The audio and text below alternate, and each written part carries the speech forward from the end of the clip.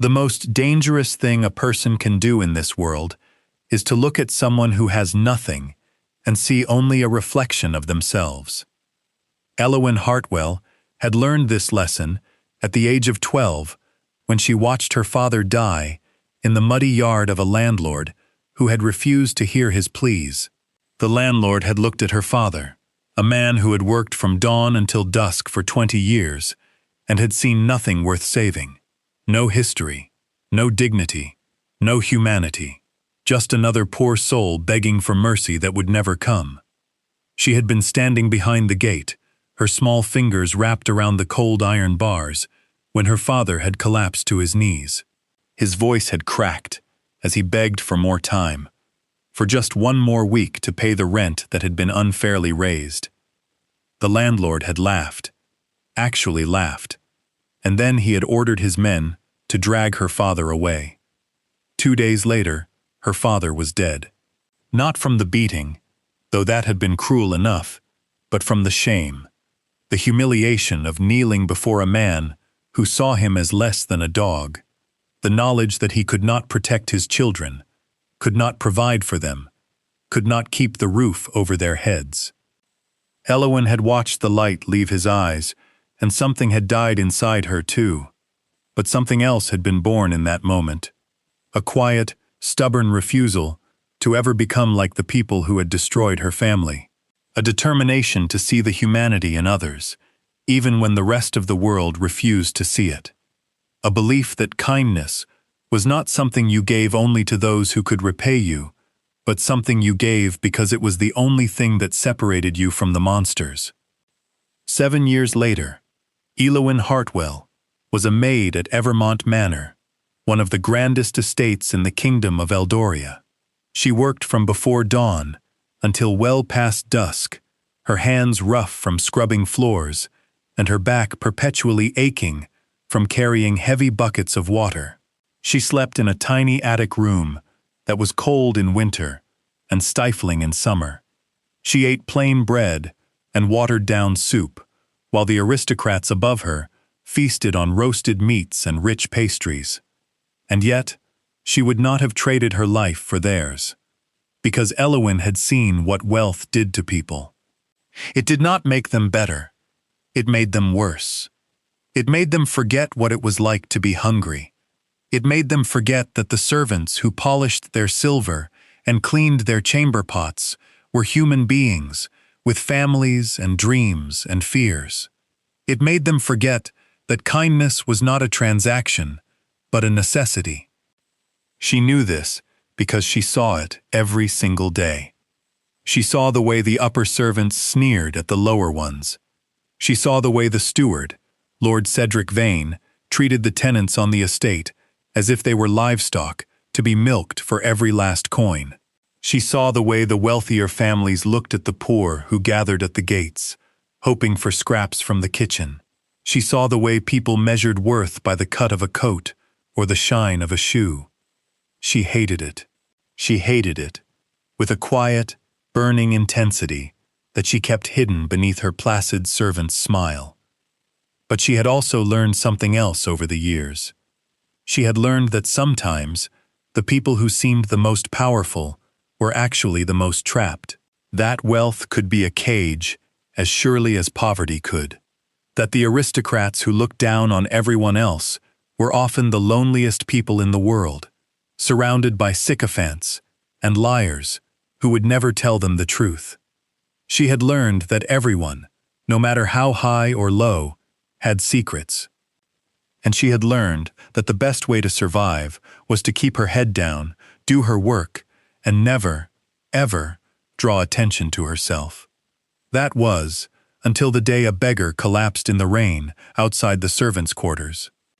The afternoon had been gray and miserable, the kind of day that seemed to seep into your bones and make you forget what warmth felt like.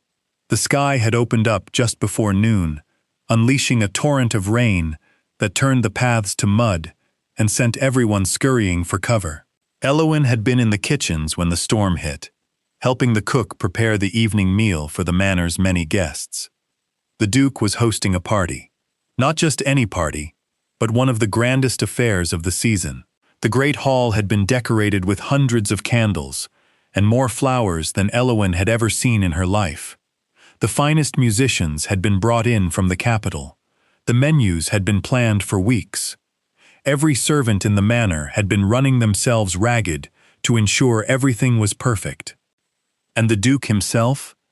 Elowen had never met him. Few of the lower servants had. The Duke of Evermont was a distant figure, a man who moved through the manor like a ghost, rarely seen, and never spoken to by anyone below the rank of butler. She had heard whispers about him, of course.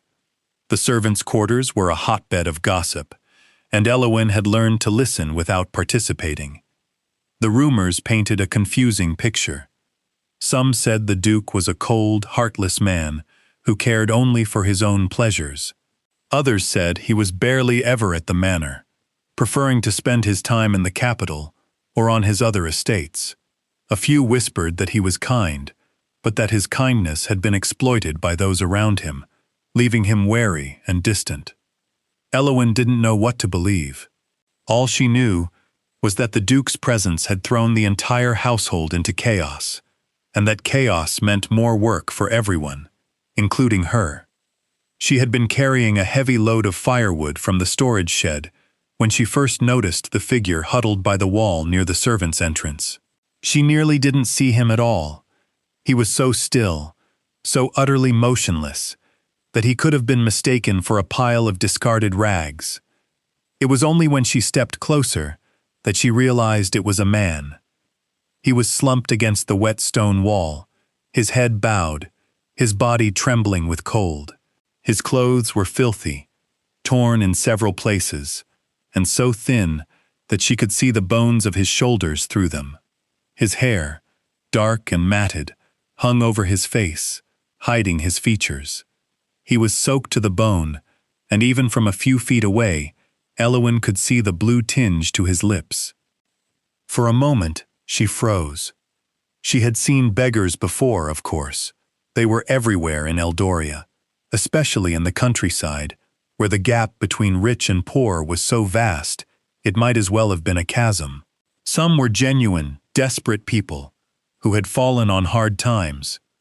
Others were tricksters, pretending to be worse off than they were in the hopes of extracting coin from the kind-hearted. But this man looked like he was dying. Elowen knew she should ignore him. She knew that drawing attention to herself was dangerous. She knew that if Lord Cedric or one of the other higher servants saw her helping a beggar, she would be punished. She knew all of this. And yet, she could not walk away. Because she remembered her father kneeling in the mud. She remembered the landlord looking down at him with cold, empty eyes. She remembered the terrible silence that had fallen over the world when the light had left her father's face. She remembered the horror of being looked at and seen as nothing. And she swore to herself, in that moment, that she would never become the kind of person who could look at another human being and feel nothing.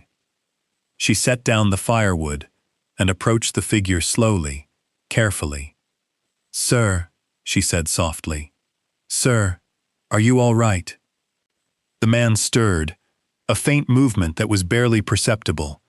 He raised his head, and Elowen got her first real look at his face. He was younger than she had expected, perhaps in his late 20s, with sharp, aristocratic features that seemed oddly out of place on his ragged frame. His eyes, even in their haze of exhaustion, were a striking shade of gray, almost silver in the dim light. He tried to speak, but only a rasping cough came out. Elowen's heart clenched. She had seen people die before. She knew the signs. The gray pallor of the skin, the rattling breath, the distant, fading look in the eyes. This man was on the edge. And even though she knew better, even though every instinct screamed at her to protect herself, she made a decision. "You cannot stay here," she said, glancing around to make sure no one was watching. "It's too cold, and you're soaked through. You'll die if you spend the night out here." The man's lips moved.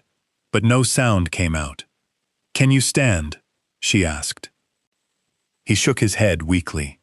Elowen bit her lip, her mind racing. She knew she should go inside and pretend she had seen nothing. She knew the most sensible thing to do was to pretend this man didn't exist. But she also knew that if she walked away, she would never be able to forgive herself. She would see his face every night when she closed her eyes. She would hear the rattle in his breath. She would remember that she had had the power to help him and had chosen not to. "Wait here," she said, her voice barely above a whisper. "I'll be right back." She hurried inside, her heart pounding. The servants' entrance led into a narrow corridor that connected the kitchens to the scullery and the laundry.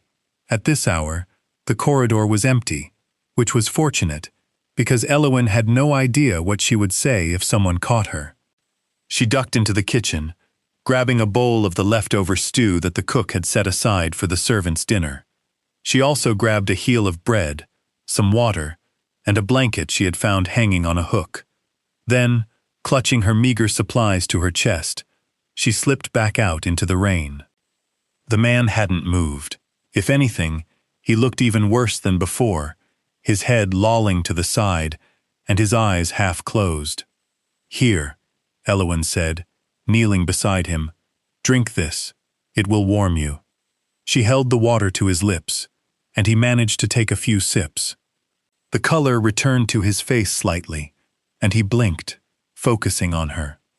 "Thank you," he whispered, his voice hoarse and cracked.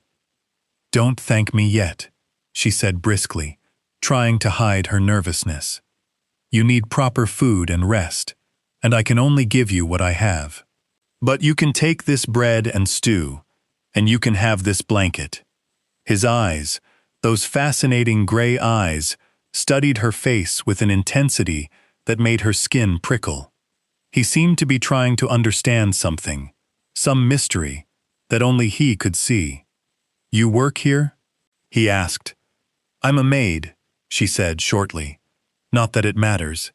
What matters is that you get somewhere warm before you freeze to death. Do you have anywhere to go? A family? A friend?" He shook his head, a bitter smile twisting his lips. "No, no one. I was hoping to find work, but no one will take me." Elowen could believe that. His appearance alone would have turned away any employer worth their salt. Even if he had been the most skilled laborer in the kingdom, no one would have given him a chance looking the way he did. She closed her eyes, wrestling with herself. She knew she shouldn't do this. It was madness. It was dangerous. It would get her fired at best and thrown in the stocks at worst. But when she opened her eyes, she knew what she had to do. "I have a room," she said slowly. "It's not much, just a tiny attic room with barely enough space for one person. But it has a lock, and it's dry. You can stay there tonight, just one night, and then you'll have to move on. Do you understand?" The man stared at her, his expression completely unreadable. "You would do that for me?" he asked. "You would risk your position for a stranger?" Elowen shrugged, pretending it was no big deal. She had become very good at pretending over the years. "You needed help," she said simply.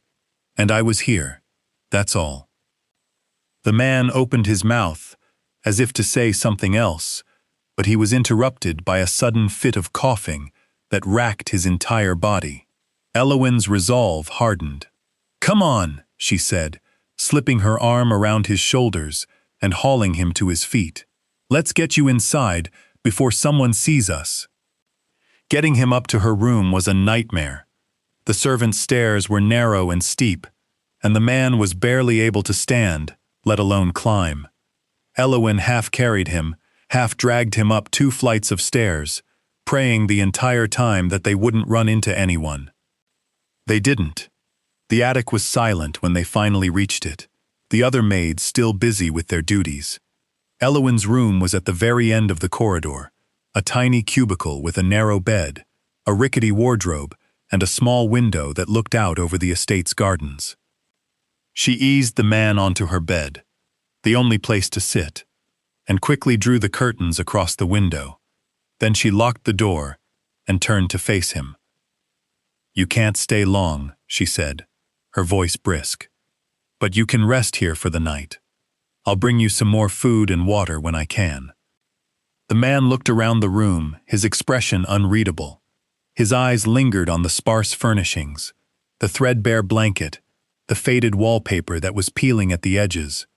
Then he looked back at Elowen, and she saw something flash in those gray eyes, something that looked almost like shock.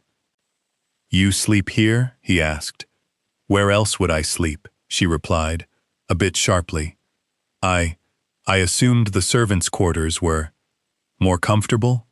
She laughed, but there was no humor in it. "You assumed wrong.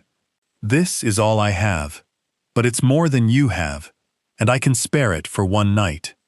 She pulled the blanket she had taken from the kitchen from under her arm and held it out to him. "Here, use this. I will fetch you something to eat and drink as soon as I can get away. But you must promise me one thing." "What's that?" he asked, his voice still hoarse. "You must be gone by dawn," Elowen said firmly. "I'm taking a terrible risk by letting you stay here. If anyone finds out, if Lord Cedric finds out, I will be dismissed. Probably worse." She could see him processing this information. He reached for the blanket, holding it as if it were made of silk instead of rough wool. His fingers were long and slender, the hands of someone who had never done manual labor, but they were also calloused in strange places, covered with the kind of blisters that came from gripping a sword. "So your master would punish you for showing kindness," he said slowly. Elowen snorted. "My master doesn't care about kindness. He cares about order, discipline, reputation.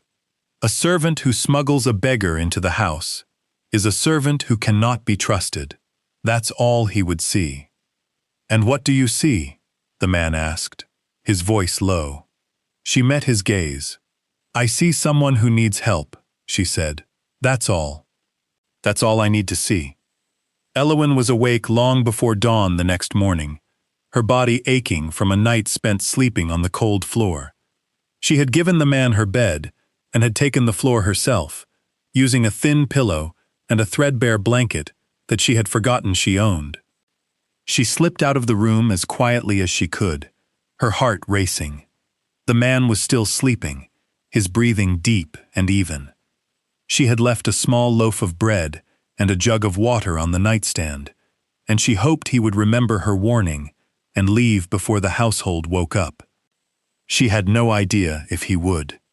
She spent the morning in a state of nervous agitation, scrubbing floors and polishing silver with the kind of manic energy that she usually reserved for avoiding her own thoughts. Every time the door opened, she braced herself for the discovery. Every time she heard footsteps in the corridor, she expected them to lead to her room. But nothing happened. No one came for her. No one accused her of hiding a beggar. No one seemed to have noticed anything at all. When Elowen finally managed to slip away to the attic at midday, the room was empty. The man had left, as she had asked. The bread and water were gone. The blanket was folded neatly at the foot of the bed. And there, sitting on the nightstand, was a small piece of paper with a message written in precise, elegant handwriting. "Thank you for your kindness, Elowen. I have not forgotten it. I will find a way to repay you." She stared at the note, a strange feeling stirring in her chest. She didn't know why, but she believed him. There was something about the man, something about his eyes, his voice, his quiet intensity, that told her he meant every word. She folded the note carefully and tucked it into the pocket of her apron, where no one would find it. She did not expect to see him again. She could not have been more wrong. 3 days later, the Duke of Evermont returned to his estate. His arrival was marked by a flurry of activity that swept through the manor like a hurricane. Servants scrambled to prepare his apartments, to air out his clothes, to ensure that every last detail was perfect. The cook prepared a feast, The butler ordered the silver polished, and the candelabras lit. The entire household fell into a frenzy of preparation that left Elowen exhausted and more than a little annoyed. She had never met the Duke, and she had no desire to.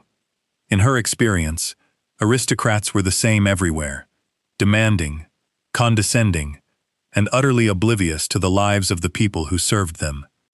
But something about the Duke's return felt different. There were whispers in the servants' quarters, rumors that the Duke had been traveling incognito, investigating the state of his estates and the behavior of his officials. No one knew where he had been or what he had seen, but the tension in the air was palpable, and even the most senior servants seemed on edge. Lord Cedric Vane, the estate steward, had been pacing the corridors for days, his face pale and his hands trembling. Elowen had never seen him so agitated, and she wondered what he had to fear. The evening of the Duke's return, the manor was ablaze with candles, and the great hall was packed with guests. Elowen had been assigned to serve at the feast, a prestigious duty that meant she would be visible to the aristocrats and would have to maintain a perfect servant's pose for hours on end. She had been in the great hall only once before, and the grandeur of it still took her breath away. The ceiling was vaulted, with painted frescoes depicting scenes from ancient mythology. The walls were lined with tapestries and portraits of the Duke's ancestors.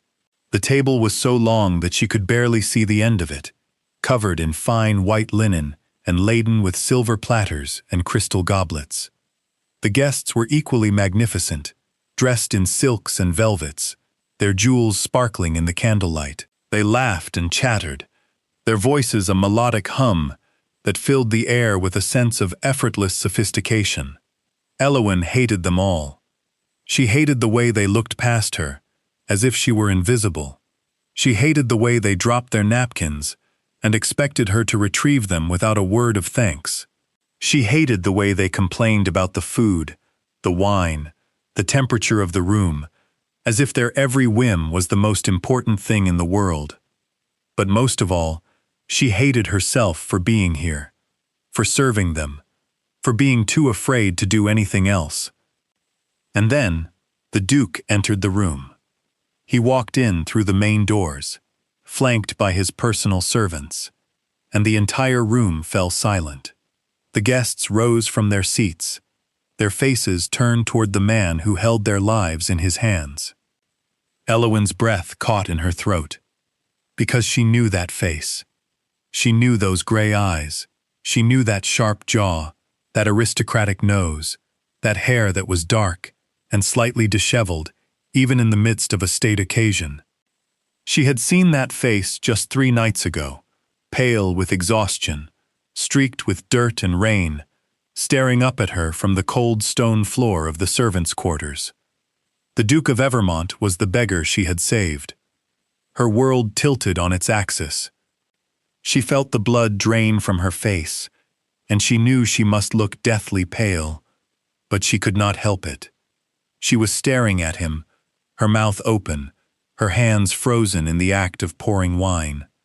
And then he looked at her. His eyes met hers across the room, and for a moment, everything else faded away. She saw recognition in his gaze, not surprise, not shock, but a quiet, knowing acknowledgement. He remembered her. He remembered everything. And then he smiled. It was a small smile, barely a curve of his lips, but it was unmistakable. A private smile, shared between them alone, in the middle of a room filled with hundreds of people. Elowen's heart was pounding so hard she could hardly breathe. She was saved from her panic by the butler's announcement, which called everyone to order. The Duke took his seat at the head of the table, and the feast began. But Elowen could not focus on anything except him. She watched him as he moved through the evening, his manner polished and gracious, his conversation witty and engaging.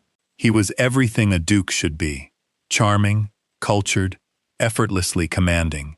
He joked with the guests, listened attentively to their stories, and charmed them all, without seeming to try. But she saw something beneath the surface. She saw the awareness in his eyes, the way his gaze kept flicking toward her.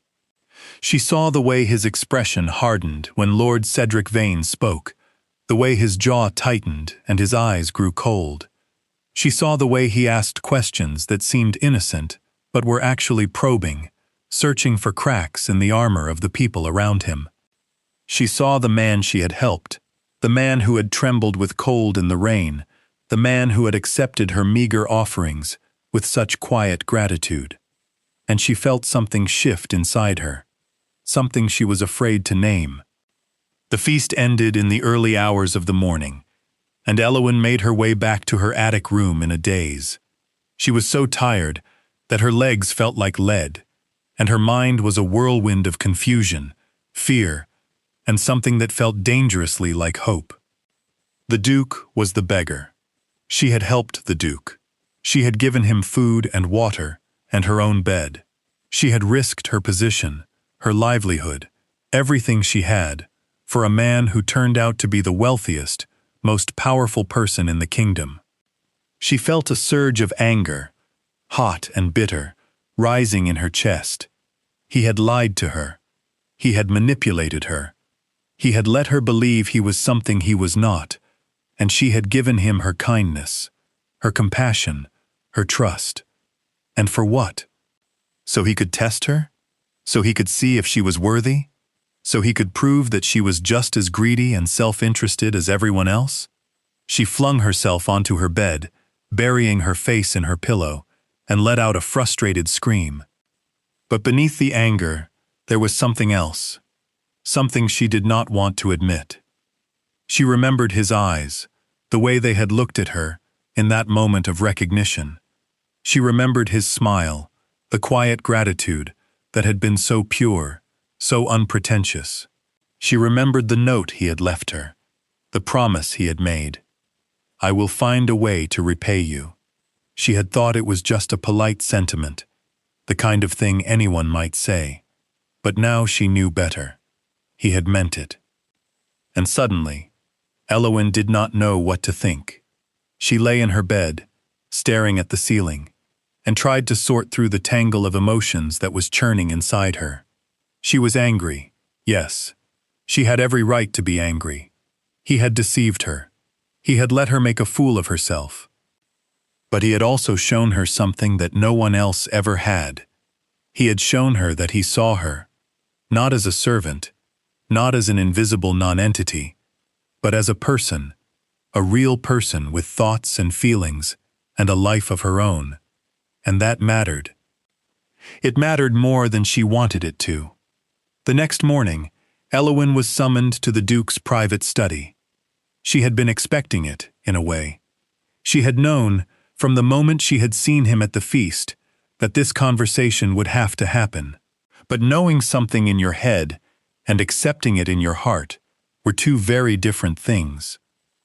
She stood outside the heavy oak door, her hands trembling slightly, and tried to calm her racing heart.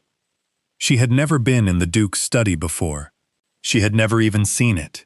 It was a private chamber, reserved for the Duke alone, and no servant below the rank of valet had any business being there.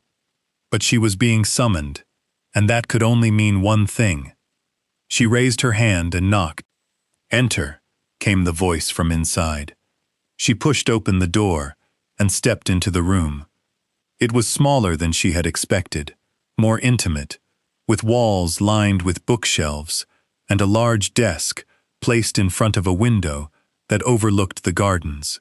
The room was warm, a fire crackling in the hearth, and the morning light streamed through the glass, casting golden patterns on the floor. The Duke was standing by the window, his back to her. He was dressed in a simple dark coat and breeches, his clothing far more casual than the elaborate attire he had worn the night before. His dark hair was slightly disheveled, as if he had been running his hands through it, and his posture was tense. Elowen stood just inside the doorway, waiting. He turned to face her, and their eyes met. "Elowen," he said, and there was something in his voice that she had not expected. something that sounded almost like vulnerability. "Thank you for coming." She curtsied, her body responding automatically, but she did not lower her gaze. "You wish to see me, Your Grace." "Please," he said, gesturing toward a chair. "Sit." She hesitated, but the look in his eyes was so earnest, so genuine, that she found herself obeying. She perched on the edge of the chair, her hands folded in her lap, and waited. "First," he said, settling into the chair across from her, "I want to apologize." "Apologize?" she repeated, her voice sharp. "For what? For pretending to be a beggar? For lying to me? For letting me believe you were someone you weren't?"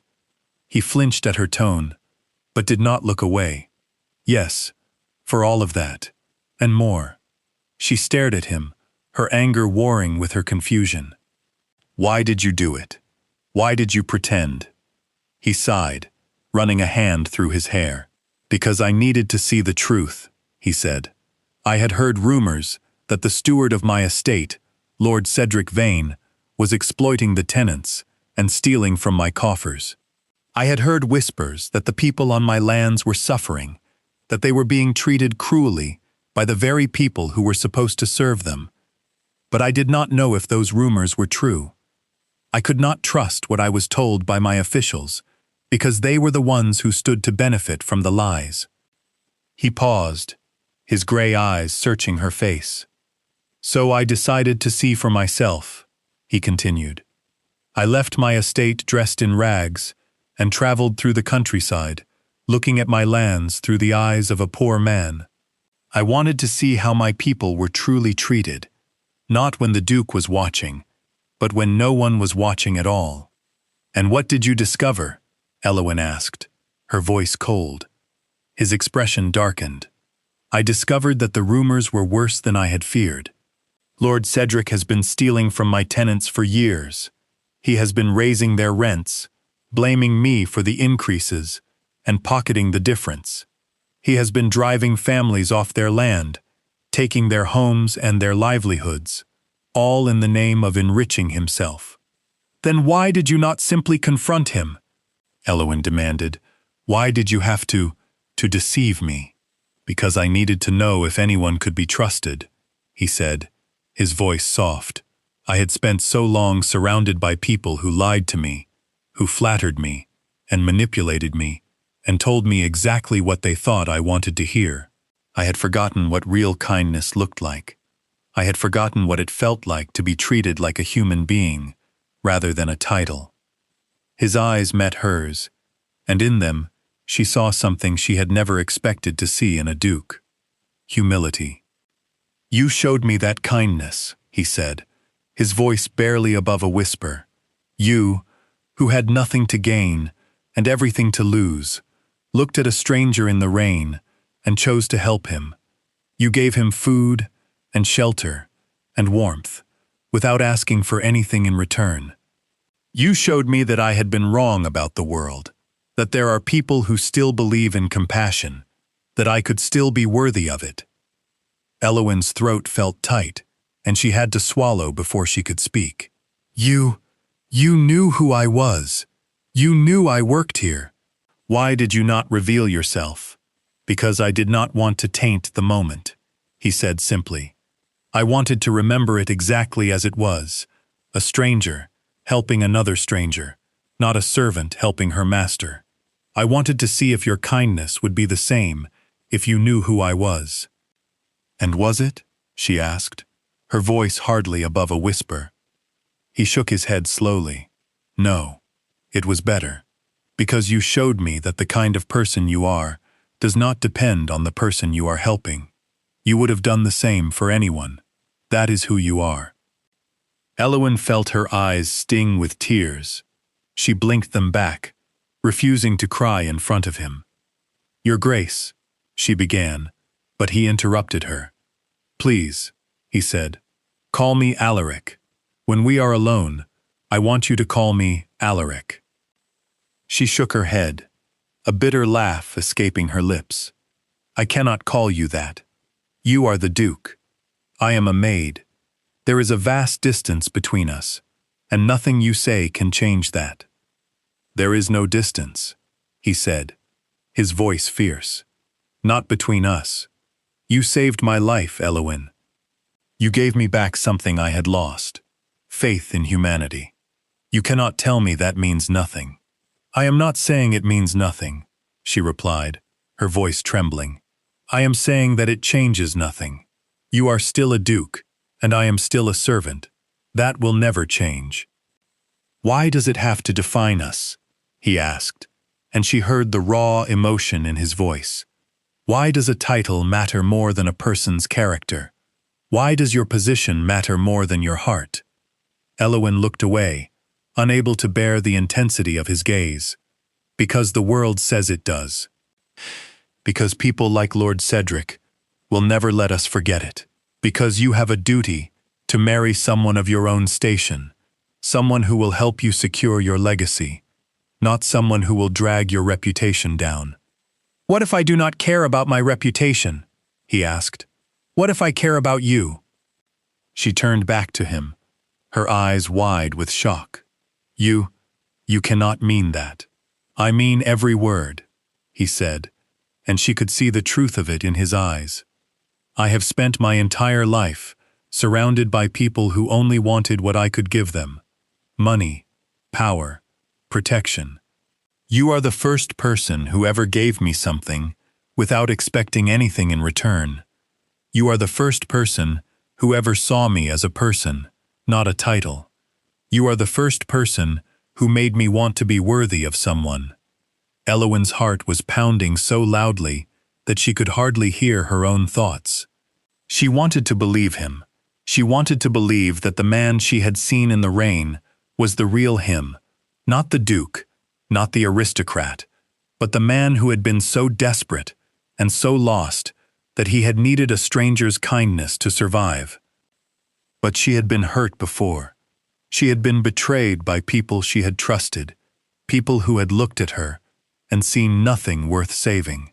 She had learned to protect herself, to keep people at a distance, to never let anyone close enough to hurt her. And this man, this duke, was the most dangerous person of all, because he had the power to break her completely. Weeks passed. Elowen continued to work at the manor, but everything had changed. The Duke, Alaric, was constantly seeking her out. He found excuses to visit the kitchens, to walk through the servants' corridors, to be anywhere that she might be. He spoke to her in private moments, stealing precious seconds of conversation in between her duties. And every time he did, she felt her defenses weakening. He was not what she had expected. He was not cold or condescending or entitled. He was kind, genuinely kind, with a warmth and humility that seemed utterly at odds with his position. He asked her about her life, about her family, her dreams, her fears. He listened to her answers, truly listened, and she saw the empathy in his eyes. He told her about his own life, about the loneliness of being a duke, about the constant pressure to be perfect, to never show weakness, to always present the face that the world expected. He told her about his mother, who had died when he was young, and his father, who had been distant and demanding. He told her about the weight of expectation that had been placed on his shoulders from the moment he was born. And Elowen began to understand. She began to see the cracks in his armor, the vulnerability beneath the title. She began to see the boy who had grown up in a world of privilege and isolation, surrounded by people who only wanted what he could give them. She began to see the man who was desperate to be loved for himself, not for his rank. And she realized, with a sinking feeling in her heart, that she was falling in love with him. It was a dangerous thing, loving a duke. It was a foolish thing, loving a man who could never truly be hers. But Elowen could not help herself. Every time she saw him, her heart fluttered. Every time he smiled at her, she felt a warmth spread through her chest. Every time he spoke her name, she wanted to cry with joy and despair. She knew she should pull away. She knew she should protect herself, keep her distance, remember her place. But she could not. And that was when the first twist came. Lord Cedric Vane had been watching. He had seen the way the Duke looked at the maid, the way he sought her out, the way he smiled at her. He had seen the intimacy between them, the way they spoke to each other, as if no one else existed. And he had seen an opportunity. Lord Cedric was an ambitious man. He had risen through the ranks of the Evermont household through a combination of cunning, flattery, and sheer ruthlessness. He had stolen from the estate for years, enriching himself at the expense of the tenants, and he had always believed himself clever enough to avoid detection. But now, he was afraid. He had heard rumors that the Duke was investigating the estate's finances, that he was asking questions and looking at records. He knew that if the truth came out, he would be ruined. He would be stripped of his position, his wealth, his status. He might even be arrested. He needed a way to protect himself. He needed leverage. And Elowen Hartwell was the key. It was a rainy afternoon when Lord Cedric cornered Elowen in the laundry room. She had been alone, sorting through a pile of linens, when he had appeared in the doorway. His smile was smooth, his manner polished, but his eyes were cold and calculating. "Elowen," he said, his voice dripping with false pleasantness, "I have been looking for you." She straightened, her body tensing with wariness. "My lord? Is something amiss?" "Not at all," he said, stepping closer. "I merely wanted to have a conversation with you." A private conversation. Elowen's heart began to race. She did not trust Lord Cedric. She had seen the way he treated the tenants, the way he looked at people, as if they were merely tools to be used and discarded. She knew that he was a dangerous man, and she did not want to be alone with him. I have work to do," she said, trying to edge past him. "Perhaps we could speak later." "I think we should speak now," he said, his hand shooting out to grip her arm.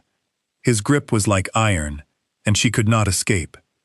"You see, I have noticed something rather interesting. Something about you and His Grace." Elowen froze, her blood turning to ice. "I do not know what you mean," she said, her voice barely above a whisper. "Oh, I think you do," he said, his smile widening. "I have seen the way he looks at you. I have seen the way you look at him, and I have to admit, I find it rather amusing. The mighty Duke of Evermont, falling for a maid. How scandalous." "There is nothing between us," she said, her voice shaking. "You are mistaken." "Am I?" he asked, his grip tightening. "Then why have I seen him sneaking off to speak with you in private? Why have I seen the way he watches you across the room? Why have I heard the whispers among the servants?" Elowen's heart was pounding so loudly, she could hardly think. She knew that Lord Cedric was a manipulator, a liar, a man who would do anything to get what he wanted. She knew that he was trying to intimidate her, but she also knew that he was dangerous. "What do you want?" she asked, her voice trembling. "Simple," he said, releasing her arm. "I want you to help me." "Help you with what?" "I know that His Grace is investigating me," he said, his voice dropping to a conspiratorial whisper. "I know that he is looking for evidence against me, evidence that would ruin me. I need you to find out what he knows. I need you to tell me." Elowen stared at him, horrified. "You want me to spy on the Duke?"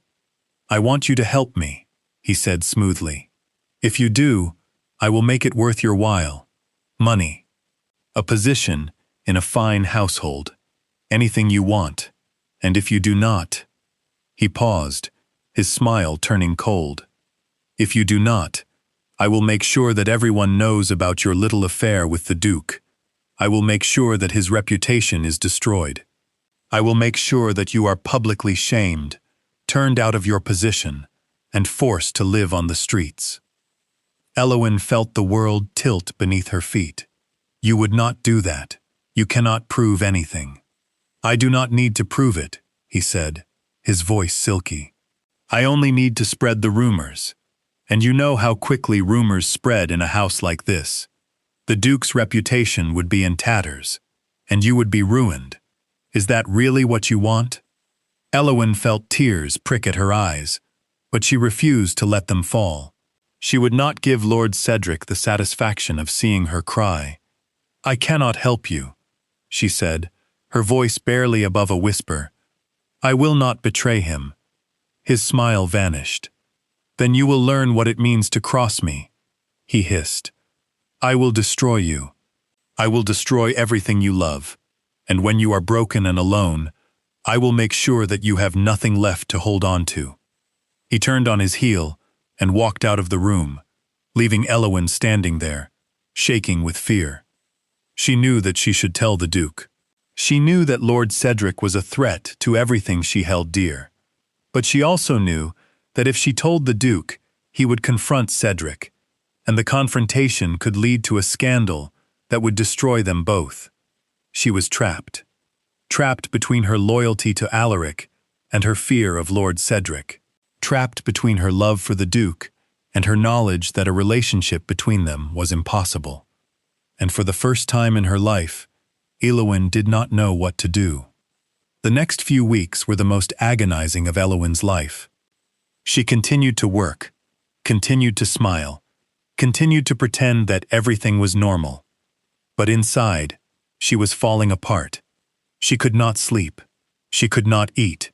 She could not stop thinking about Lord Cedric's threats, about what he would do to her, and to Alaric. She wanted to tell Alaric. She wanted to run to him and throw herself at his feet and beg him to protect her. But she was afraid. Afraid of what he would think of her. Afraid of the scandal that would follow. Afraid of losing him forever. And so she said nothing. But Alaric noticed something was wrong. He had always been perceptive, and he had come to know Elowen well over the weeks they had spent together.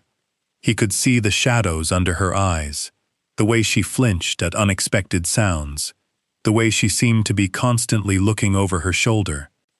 He tried to ask her what was wrong, but she deflected his questions, offering excuses and lies that he could see through easily. He tried to reach out to her, to comfort her, but she pulled away, creating a distance between them that had never been there before. And he began to worry. He began to wonder if she had changed her mind about him, if she had decided that a relationship with a duke was too dangerous, too impossible. He began to fear that he was losing her, that the connection they had built was slipping away. And it broke his heart. He had never felt this way about anyone. He had never met someone who made him feel so alive, so hopeful, so determined to be a better man. He had never met someone who made him want to change the world, to right the wrongs he had ignored for so long. And now, he was losing her. He needed to find out what was wrong. The opportunity came one evening, when Elowen was working late in the library, dusting the shelves and organizing the books. Alaric found her there, alone, and his heart ached at the sight of her. She looked so weary, so fragile, so utterly defeated. "Elowen," he said softly, and she whirled around, her eyes wide with shock. "Your Grace," she said, her voice trembling. I did not expect to see you here. I came looking for you," he said, stepping closer. "I have been worried about you, Elowen. You seem so troubled lately. Please, tell me what is wrong." She shook her head, her eyes glistening with tears. "I cannot. I am sorry, but I cannot." "Elowen," he said, his voice gentle, "whatever it is, we can face it together. You do not have to bear this burden alone." "You do not understand," she said, her voice breaking. "It is because of you. Everything is because of you. I am so afraid, Alaric. I am so afraid of losing everything." He reached out to her, cupping her cheek in his hand. "You will not lose anything," he said, his voice fierce. "I will not let anything happen to you. I will protect you." She closed her eyes, leaning into his touch. "You cannot protect me from this. It is too big. It is too dangerous." "Then let me share the danger," he said. "Let me carry the burden with you. Whatever it is, we can find a way through it together." And then, the truth spilled out of her. She told him everything. About Lord Cedric's threats, about his demand that she spy on him, about his promise to destroy them both. She told him about the fear that had been eating away at her, the sleepless nights, the endless worry.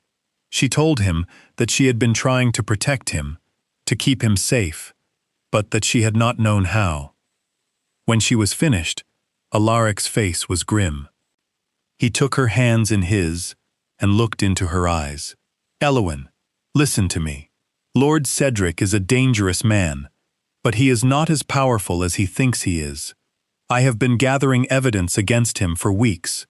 I know everything he has done. The theft, the deception, the cruelty. He is a criminal, and he will be punished." "But what about the rumors?" she asked, her voice small. "What about the scandal?" "I will not let that happen," he said firmly. "I will not let anyone hurt you. I will protect you, Elowen. I swear it." But Lord Cedric was not a man who gave up easily. When he learned that Elowen had told the Duke everything, he was furious. He knew that his position was untenable, that he would be exposed and ruined. But he was not going to go down alone. He had one last card to play. He would expose the Duke's relationship with the maid. He would spread the rumors, destroy Alaric's reputation, and make sure that the Duke suffered as much as he was about to suffer. He would burn everything down. The rumors began within a week. They started in the servants' quarters, as all good gossip does. Someone had seen the Duke in the library with Elowen, their hands intertwined. Someone else had seen them embracing in the garden. Soon, the whispers were everywhere, spreading like wildfire through the household. And then, the scandal broke. The local newspapers got wind of it. The story was sensational. A duke and a servant, an illicit affair, a secret romance. It was the kind of story that sold papers, that titillated the masses, that destroyed the lives of everyone involved. The Duke's reputation was in ruins. His peers mocked him, his allies abandoned him, and his family was horrified. He was summoned before the king himself, who demanded an explanation for the scandal. And Elowen, poor, innocent Elowen, was vilified in the press. She was called a gold digger, a schemer, a woman who had used her wiles to ensnare a duke. Her name was dragged through the mud, her character questioned, her reputation destroyed. She knew that she had to leave. There was no other choice. She could not stay, could not continue to be the cause of Alaric's ruin. She packed her few belongings and made her way to the servants' entrance, determined to disappear into the night. But she did not get very far. Alaric was waiting for her. "Where are you going?" he asked, his voice calm. "Away," she said, unable to meet his eyes. "Far away. I cannot stay. I am ruining you." "Elowen," he said, stepping in front of her. "You are not ruining me. You are saving me." She looked up, startled, and saw the truth in his eyes. "Lord Cedric is responsible for this," he said. "He orchestrated the rumors, spread the lies, made sure the newspapers got hold of the story. He is trying to destroy us both." "And he is succeeding," Elowen said bitterly. "Everyone hates me. Everyone thinks I am a scheming, manipulative woman who seduced you for your wealth and title. Your reputation is ruined. Your family has disowned you. How can you possibly say that this is a good thing?" "Because I have finally learned the truth," he said, taking her hands in his. "I have learned who my true friends are. I have learned who I can trust. And I have learned that you are more important to me than everything else." "The scandal," she began. is temporary, he said firmly.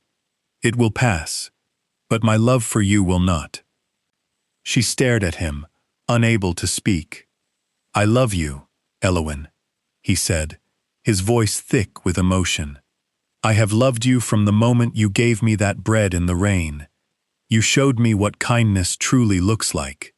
You showed me what it means to be a good person. And I want to spend the rest of my life proving to you that I am worthy of your love. She felt her eyes fill with tears. I am not worthy of you, she whispered. Elowen, he said, tilting her chin up so that she was forced to meet his gaze. You are the most worthy person I have ever known. You are kind and brave and selfless. You are everything that is good in this world, and I will not let you go. But the story was not over. There was a final twist, a revelation that would change everything. Alaric had been investigating Lord Cedric's crimes, and he had discovered something that would shock everyone, something that related directly to Elowen. Her father had worked on the Evermont estate before his death. He had been one of Cedric's victims, a tenant who had been driven off his land after being falsely accused of theft. The accusation had been a lie, a way for Cedric to steal the land and sell it for his own profit. And when Elowen's father had tried to fight back, Cedric had crushed him. Cedric had been the man who had ruined Elowen's family. Cedric had been the man who had driven her father to his death.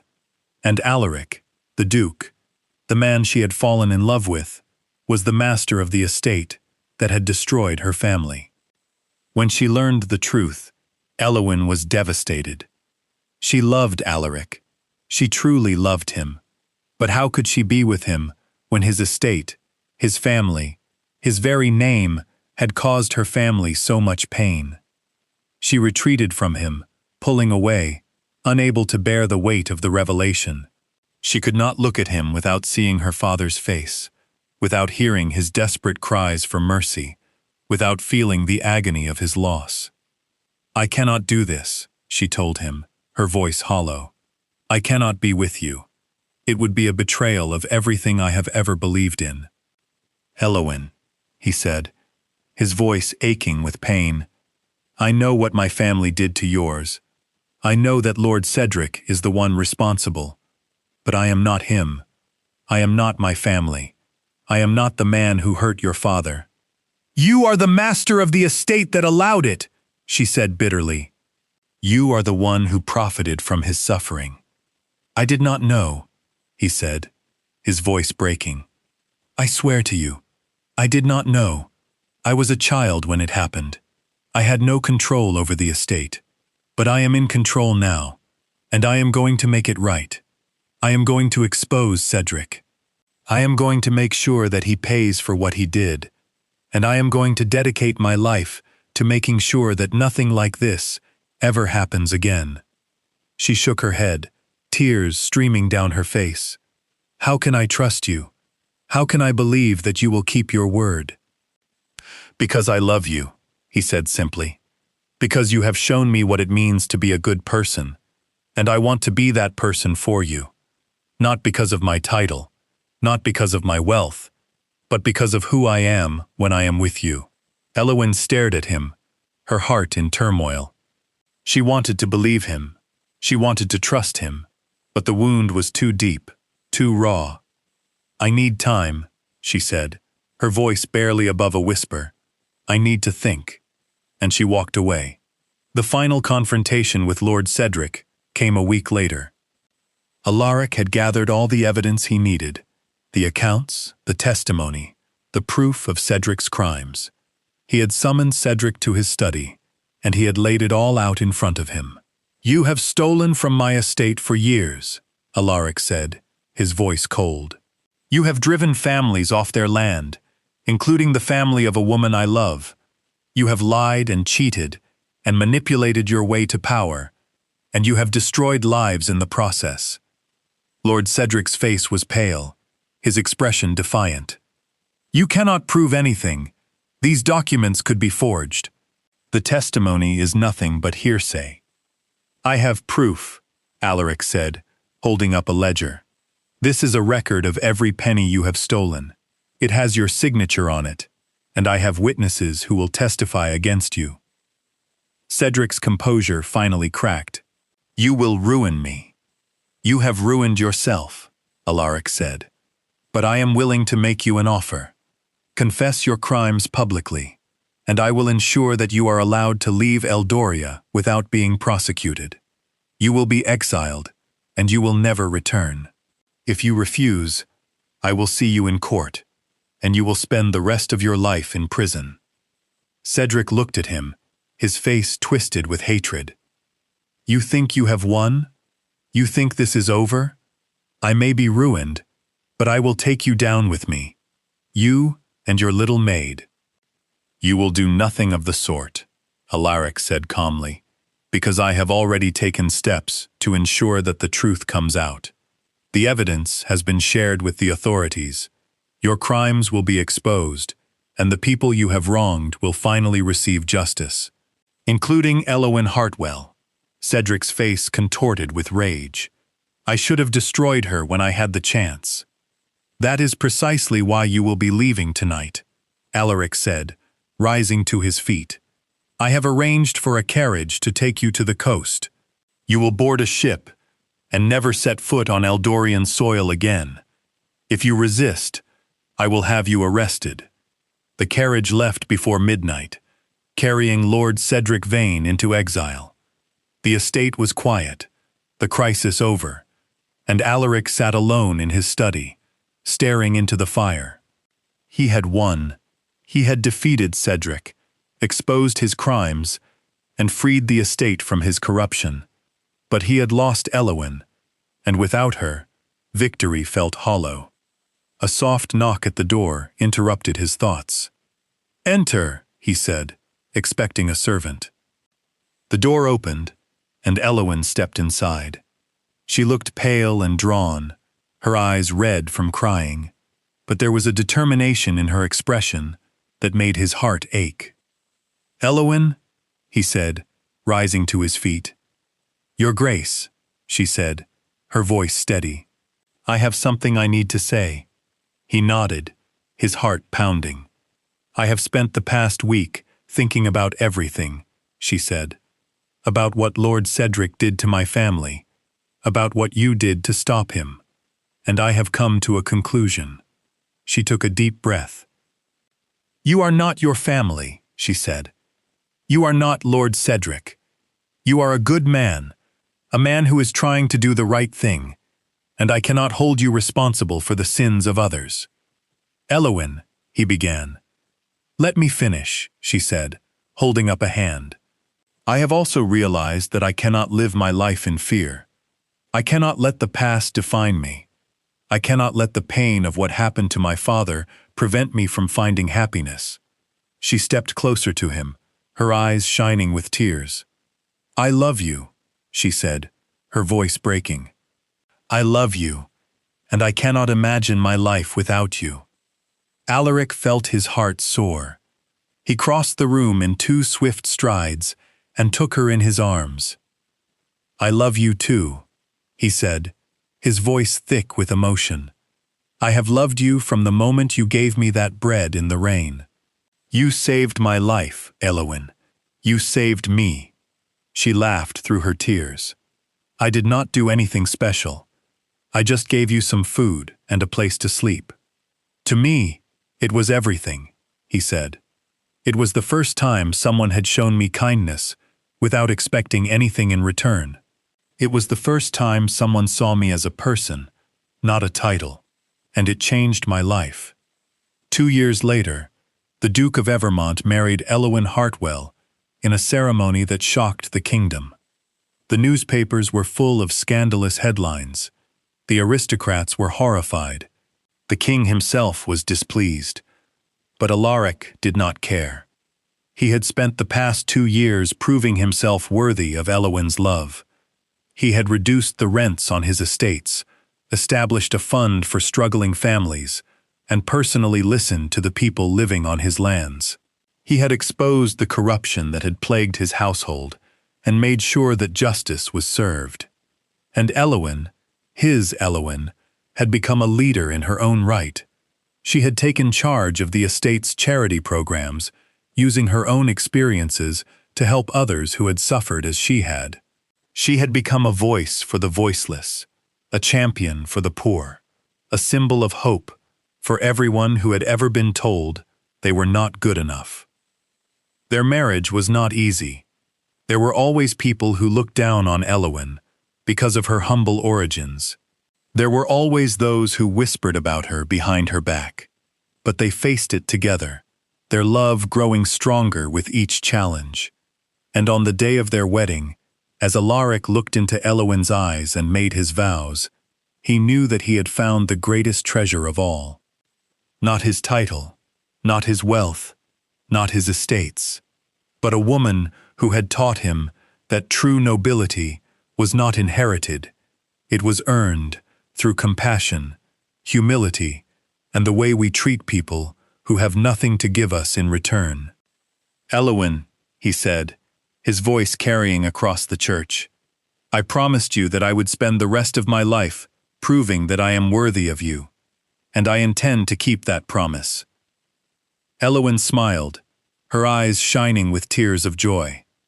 "I know," she said, "and I intend to spend the rest of my life proving that I am worthy of you." And as they kissed, the entire congregation erupted into applause, and even the most cynical onlookers could not help but be moved by the pure, undeniable power of their love. If this story touched your heart, if you believe that kindness should never depend on who is watching, then please, take a moment to share this story with someone who needs to hear it. One small act of kindness changed the Duke's entire world. Your share could change someone else's too. Subscribe to this channel for more stories of love, redemption, and the power of compassion. And remember, true nobility is not found in titles. It is found in how we treat those who have nothing to give us in return. I'll see you in the next story.